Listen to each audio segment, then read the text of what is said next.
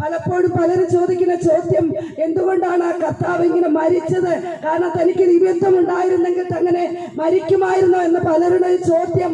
ഞങ്ങളിങ്ങനെ പല ഭവനങ്ങളിൽ ചെല്ലുമ്പോൾ പലരോട് പറയുമ്പോൾ അവർ ചോദിക്കുന്ന ഒരു ചോദ്യമാണ്. എന്നാൽ എന്റെയും നിങ്ങളുടെയും പാപത്തിന് പരിഹാരത്തിന് വേണ്ടിയാണ് കർത്താവായ യേശു ക്രിസ്തു താൻ അങ്ങനെ ജീവൻ വെടിയുവാൻ ഇടയായി തീർന്ന. പ്രിയമുള്ളവരെ, അതായത് എന്റെ ജീവിതത്തിൽ ഞാൻ അനുഭവിക്കുന്ന സ്വസ്ഥതയും സമാധാനവും ഈ യേശു കർത്താവിനെ അറിഞ്ഞ നിമിത്തമുണ്ടായ സ്വസ്ഥതയാണ്. എന്റെ കുടുംബങ്ങളിൽ പലരും ഈ ലോകത്തിന്റെ അനുരൂപമായി അത് പാപ സ്വഭാവങ്ങൾ കടിമയായി ജീവിക്കുന്നുണ്ട്.